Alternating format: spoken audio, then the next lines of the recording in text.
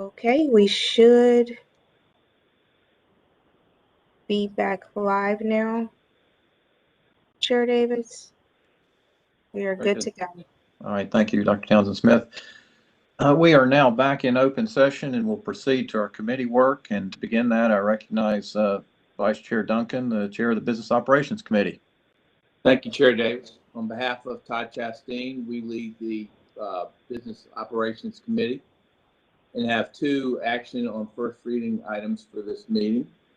Our first one is a contract, the purpose of which is to establish professional development services to support establishing a coding and Minecraft curriculum via Prodigy Learning to support computer science in North Carolina middle schools. Coding in Minecraft is a computer science credential program with supporting curriculum delivered through Minecraft Education Edition. The contract is for 3 years and totals $1.4 million. Dr. Mary Hemphill Joseph is here to give you a very brief overview, or I believe she is, a very brief overview, and be able to answer any questions anyone might have about this contract. Vice Chair Duncan, I am getting them back online. If you're amenable, we can go to BizOp 2 and we will get them back on. Excuse me, Deanna, Mary is not coming. She asked me to present in her place. Perfect, Mark. Thank you. So good afternoon. So you have before you today a contract for Prodigy Learning. They are a creator of a curriculum for Minecraft to teach computer science using the Minecraft gaming platform that you may be familiar with. So this contract is for both curriculum and curriculum services and training for up to 350,000 students over the next 3 years, starting with a small pilot group this year and then expanding in year 2 and year 3 to both, again, provide teacher training, the curriculum services, the platform, and the Minecraft templates, and then also to conduct some outreach and evaluation as well. Thank you, Dr. Sandberg. Are there any questions about this contract that Dr. Sandberg can respond to you for? And I will say I can't see all the raised hands, so please feel free to speak up. The way my computer works, I only see a limited number of people. All right, not hearing any, let's go on then to BizOp 2, which is State Board of Education policy amendment relating to the American Rescue Plan for State Fiscal Recovery Fund employee bonuses.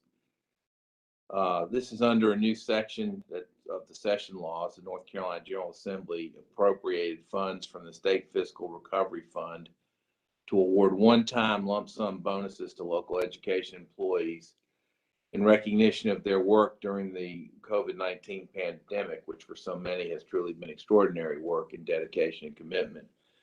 So I believe Ms. Schaus is here to describe what will be done with respect to the necessary policy amendments for distribution of these funds. Thank you, sir. Yes, this is an amendment to the Allot 003 allotment policy manual. And actually these bonuses that were appropriated to the by the General Assembly go to all state employees, including local education agencies and public school employees. This policy amendment is for a new program report code, PRC 141, to account for these bonuses. The bonuses are for employees that are full-time permanent as of December 1, 2021, hence why we are bringing it to you at this called meeting. Employees that are part-time will receive a pro rata bonus. However, temporary employees, which for public school employees, that is defined as employees that are less than 20 hours a week, are not eligible for any part of that bonus. The bonus amount is $1,000 for all employees, and then if the salary is $75,000 or less, they shall receive another $500. So going to the special provisions on this, The main items, and some of this is just straight from the legislation, is that all of the employees, regardless of their funding source, are eligible for the bonus, and that excuse me, I'm just going through here. That there is also the bonuses are required to be paid by January 31st. And if we are providing kind of a 2-month correction window after that point, and funds that remain after March 31st shall revert back to the state for that purpose. And with that, I am happy to take any questions. Are there any questions? Mr. Chairman, Wendell, Yes, Mr. Hall. thank you. Ms. House, well, I just want to make sure, the PRC code for the bonus is 141, Yes, sir. and those individuals who work less than 20 hours a week is not eligible at all. Employees that work less than 20 hours a week are defined as temporary employees, and temporary employees are not included in this program. Would that include bus drivers? Bus drivers that are less than 20 hours a week, that would include them. That would include them. Okay, that's what I need to know. I'm dealing with that today, and I'm glad to see this on the agenda.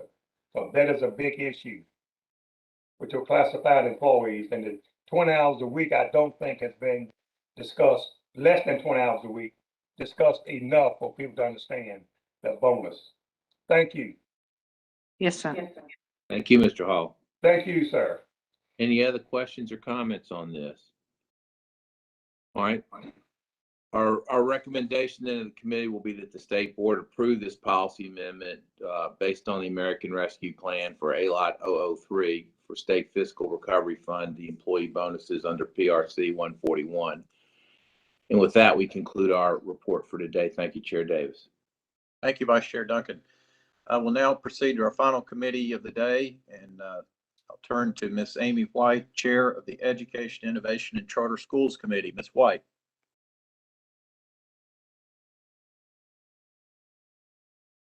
Thank you so much, Chair Davis. I'm Amy White, and I chair the Education, Innovation, and Charter School Committee, along with Ms. Jill Kamnitz. Mr. Chair, I would like to turn the floor back over to you to offer some special comments about the EICS 1 item before us today. Thank you, Ms. White. So on behalf of the board, after reviewing the record before us, the State Board of Education is deeply concerned about the ongoing, longstanding, and widespread failure of Torchlight Academy to comply with federal special education laws. The State Board is taking significant action today because it's obligated to provide oversight of our schools and require compliance with federal and state laws, but mostly because it's the right thing to do for the students in the school, to provide them with the education they need and must receive. Further, the State Board must ensure compliance with federal requirements or risk loss of federal funds that are so vital to the state's ability to educate our children. The State Board is taking steps today to require Torchlight to remedy its non-compliance or face further potential sanctions. However, the board remains concerned that Torchlight appears to have engaged in intentional misconduct, such as altering documents to change dates and documents on students' IEPs without conducting the necessary meetings, data review, and updates. The board also remains concerned that rather than acknowledge its failures, Torchlight continues to blame the Office of Charter Schools and DPI's Exceptional Children's Division for Torchlight's noncompliance, and takes little or no responsibility for its failure to comply with federal and state special education laws, rules, and regulations. Further, the documents in the record before us demonstrate significant support and help offered by the Department of Public Instruction, some of which was declined by Torchlight. Torchlight is responsible for complying with all applicable laws, including compliance with special education laws, a promise it made, and the charter agreement it signed. Because of the severity of Torchlight's conduct, the board finds that Torchlight has demonstrated a substantial failure to comply with the IDEA and Article 9 of Chapter 115C of the North Carolina General Statutes. These findings justify placing Torchlight on Level 3 sanctions under North Carolina General Statute Section 115C-107.4D3. State Board further takes the following enforcement sanction under General Statute 115C-107.4D32.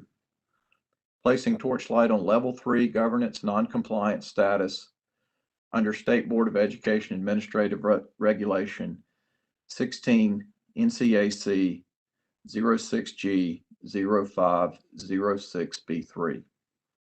Ms. White, I recognize you to make a motion. Thank you, Chair Davis. I move that Torchlight Academy be placed on Level 3 governance noncompliance status for repeated, longstanding, and ongoing failure to comply with federal laws that require the school to serve the educational needs of children identified as those entitled to special education services. This motion includes and incorporates the reasons detailed in the December 10th, 2021 letter of findings from the Charter School Advisory Board and is based on substantial evidence provided to the Charter School Advisory Board at its hearing on December the 7th and to the Board of Education at its meeting today, December the 16th, 2021. Torchlight Academy must submit all documents to the Office of Charter Schools no later than January the 5th at 9 a.m. so that all documents demonstrating completed corrective action may be reviewed before the January the 6th Board of Education meeting. I further move that we include Chairman Eric Davis's comments in the record and as a part of this motion. Okay, thank you, Ms. White. That motion will be incorporated into the motion we consider as part of our action items. Do you have any more to say on this, Ms. White, before I open the floor for any questions? Chair Davis, I would like to thank the Exceptional Children's Division and the Office of Charter Schools for providing us with the background and information that we needed in order to make a very difficult decision, difficult in that we recognize that students in our great state have not been served as required by federal law, by North Carolina statute, and by the passion and the commitment that all teachers, students, and school leaders must have in order to provide a sound basic education in our state. Thank you, Ms. White. Any questions or comments from my colleagues about the EICS report? Hearing none, Ms. White, anything more for your committee today? I think you're on mute. No, sir, that completes our business for today. Thank you so much, Chair Davis. Thank you, ma'am. Appreciate it. All right, board members, that concludes our committee work for the day. Are there any requests to remove any item from the action agenda? Hearing none, I request a motion to approve the following: BizOp 1 and 2 and EICS 1 as presented in this meeting. So moved, Chair Davis. Motion by Ms. White. Is there a second? Second. Second by Mr. Hall. Any discussion on this motion? Hearing none, Dr. Townsend Smith, please call the roll to capture the vote. Yes, sir. Dr. Oxendine, Yes.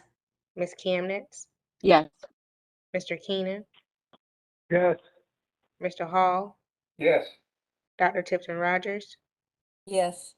Ms. White, Yes. Treasurer Falwell, Vice Chair Duncan, Yes. Chair Davis. Yes, the motion carries. Well, thank you, colleagues. This concludes our action and agenda items for this December 16th, 2021 called State Board of Education meeting. I now request a motion to adjourn. Move to adjourn. Amy White. Motion by Ms. White. Is there a second? Second, Donna Tipton Rogers. Second by Dr. Tipton Rogers. Dr. Townsend Smith? Yes, sir. Dr. Oxendine, Yes. Ms. Chemnitz? Yes. Thank you. Mr. Keenan, Yes. Mr. Hall, Merry Christmas and yes. Dr. Tipton Rogers, Yes. Ms. White, Yes.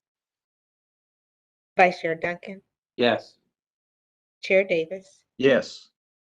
Motion carries. We are adjourned. Hope you have a safe and relaxing holidays. See you in Thank you, January. sir. Same to you. Thank you. Stand adjourned.